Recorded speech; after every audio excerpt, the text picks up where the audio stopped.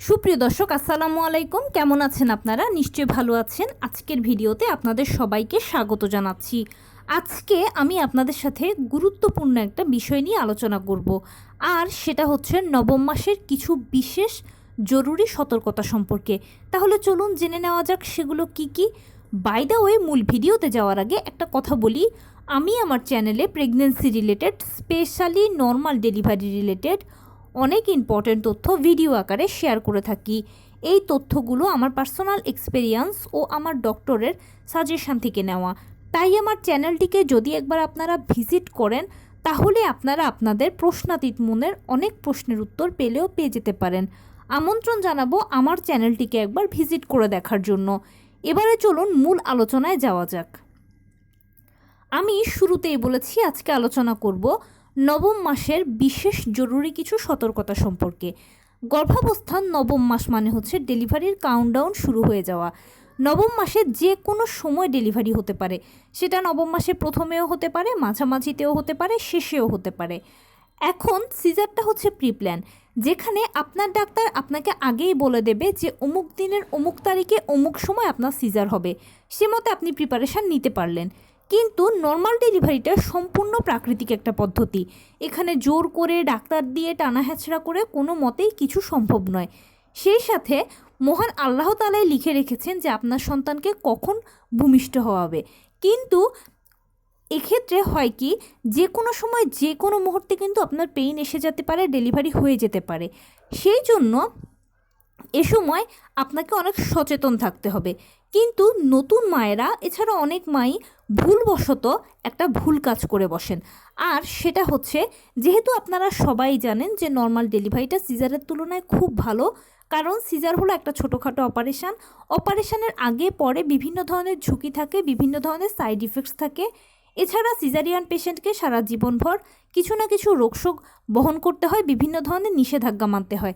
Normal delivery বা normal ডেলিভারির patient এর সব কিছু থেকে সেফ ও সিকিওর। সেই জন্য জেনে বুঝে আমরা সবাই নর্মাল ডেলিভারিকে পছন্দ করি। সন্তান জন্মদানের ক্ষেত্রে আমাদের অন্যতম পছন্দের পদ্ধতি হচ্ছে নর্মাল ডেলিভারি। আর নর্মাল ডেলিভারির জন্য পেইন প্রয়োজন। সময় মতো যদি পেইন এসে যায় তাহলে তো নিশ্চিত নর্মাল ডেলিভারি। এখন যে ভুল কাজটা অনেকেই করে থাকেন, সেটা হচ্ছে যেহেতু পেইন প্রয়োজন, তাই যে কোনো মূল্যে বা যে কোনোভাবে হোক পেইন আসতে হবে। বিভিন্ন জনের থেকে বিভিন্ন ধরনের পরামর্শ পান। এই পরামর্শগুলো শোনার পরে আপনার মনে হতে পারে যে আমি চেষ্টা করি না কেন। অনেক সময় এরকমও শুনবেন যে অনেকে বলছে এই কাজ করেন 1 ঘন্টায় পেইন এসে যাবে, আমি ওটা করেছিলাম আধা ঘন্টায় পেইন আসবে। এটা পেইন আসার 100% পদ্ধতি। এছাড়া এই কাজ করলে সবথেকে বেশি ভালো হবে, পেইন আসা নর্মাল ডেলিভারি হওয়া কেউ আটকাতে পারবে না, এটা নর্মাল ডেলিভারির জন্য সবথেকে উপযোগী পদ্ধতি, ইত্যাদি বিভিন্ন কিছু শুনবেন, জানবেন। শোনার পরে, জানার পরে আপনার মনে হলো যে অমুকে তো করেছে, সফল হয়েছে, আমি একটু অ্যাপ্লাই করে দেখি কি হবে, সমস্যা কি। এরকমটা ভেবে অনেকে করেন কি, অ্যাপ্লাই করেন, অনেকে আবার চিন্তাও করেন অ্যাপ্লাই করার কথা। কিন্তু প্রতিটা কাজেরই ভালো দিক ও মন্দ দিক রয়েছে। আপনি যে টিপস, টোটকা বা যে উপদেশটা শুনলেন, এটা যতটা ভালো দিক আছে, এটার কিন্তু পেছনে একটা খারাপ দিকও আছে। ভালো দিক মন্দ দিক দুটো শুনে জেনে বুঝে তারপরে সিদ্ধান্ত নেবেন কি করবেন কি করবেন না। সব পদ্ধতি যে সবাইকে স্যুট করবে আর সব পদ্ধতি যে সবাইকে রিয়্যাক্ট করবে সেটা কিন্তু নয়।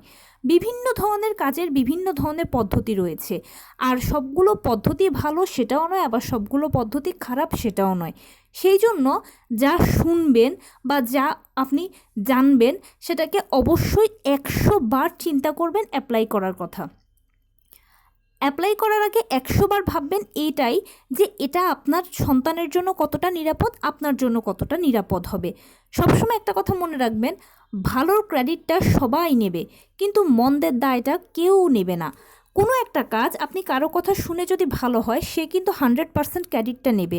আর যদি খারাপ হয়, আপনি যদি তাকে বলেন যে আপনার কথা শুনে তো আমার খারাপ হলো, তিনি আপনাকে বলবেন যে আপনি কি অজ্ঞ, মূর্খ, অশিক্ষিত, ভালোটা বোঝেন না, আপনি তো মা, কিভাবে সন্তানের জন্য ভালোটা চিন্তা না করতে পারলেন।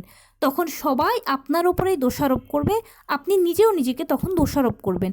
কিন্তু কখনো কখনো কিছু ভুল এরকম হয় যে সেই ক্ষতিপূরণ হয় না, কখনো সারা জীবনভর আফসোস করতে হয়। সেই জন্য যাই শুনবেন সেটা হুটহাট অ্যাপ্লাই করবেন না, বা অ্যাপ্লাই করার কথা মাথাতেও আনবেন না।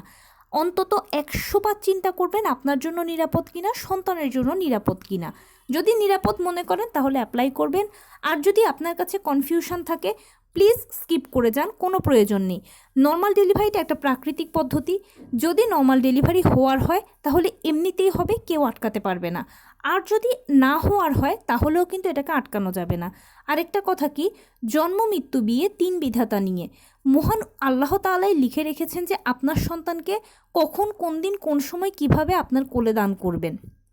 সেজন্য উপরওয়ালার হুকুম বলেও কিন্তু একটা ব্যাপার আছে। আরেকটা সচেতনতার কথা বলি, অনেকে করেন কি যে নর্মাল ডেলিভারির জন্য প্রিপারেশান নেন, খুব আশা করেন যে আমার নর্মাল ডেলিভারি হবে, কিন্তু হতে হতেও কোনো কারণবশত হলো না নর্মাল ডেলিভারিটা, সিজার করাতে হলো। খুব মন খারাপ করে ফেলেন, বাচ্চার যত্ন করেন না, নিজেদের যত্ন করেন না। এটা উচিত নয়। সবসময় নিজেকে এমনভাবে প্রস্তুত করবেন যে আমার ডেলিভারিটা যেভাবেই হোক, নর্মালে হোক বা সিজারে হোক, আমি সেটাকে উইলিংলি অ্যাকসেপ্ট করে নেব। আপনার মূল উদ্দেশ্য হচ্ছে আপনার সন্তান যেন সুস্থ সবলভাবে আপনার কোলে আসে।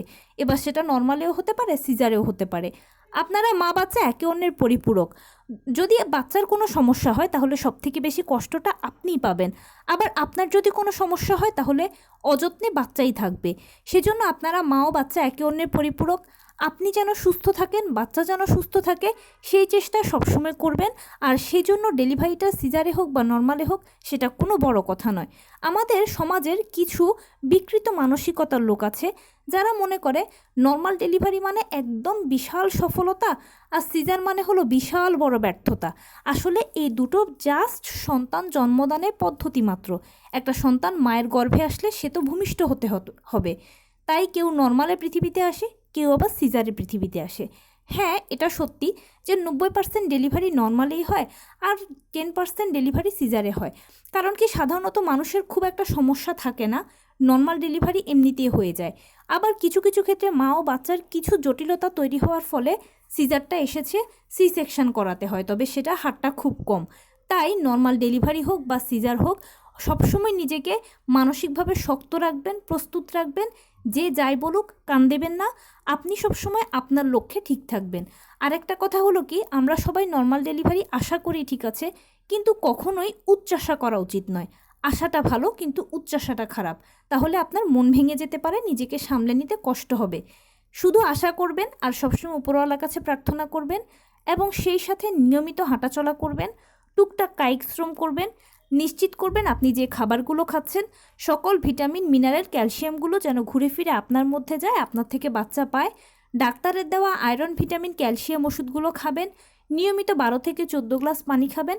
ডাক্তারের সাথে ভালো মন্দ যোগাযোগ করবেন। ব্যাস এতটুকুই হচ্ছে আপনার কাজ।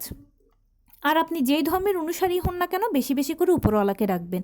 ইনশাল্লাহ দেখবেন সব কিছু যদি ঠিকঠাক থাকে তাহলে তো নর্মাল ডেলিভারি হবে। আর যদি কোনো সমস্যা তৈরি হয় তাহলে সেটা ডাক্তারই আপনাকে বলে দেবে কেন, কী কারণে সিজার করাতে হচ্ছে। দুটোকেই মেনে নেওয়ার মতো মানসিকতা নিজেই নিজেকে তৈরি করবেন। আপনি নিজেই নিজের সবচেয়ে বড় ইন্সপিরেশান। কে কী বলল সেটা বড় কথা নয়। আপনি মা, দীর্ঘ 9 মাস আপনি সন্তানকে কষ্ট করে গর্ভে ধারণ করছেন। আপনার কষ্টটা অন্য কেউ করে দিচ্ছে না। যে পদ্ধতিই হোক, কষ্ট করে আপনি সন্তানকে জন্ম দেবেন, আপনার কষ্টটা অন্য কেউ করবে না। তাহলে অন্যের কথা শুনে শুধু শুধু মন খারাপ করবেন না। আপনি যেন ভালো থাকেন, বাচ্চা যেন ভালো থাকে, এই চেষ্টাটাই সবসময় করবেন।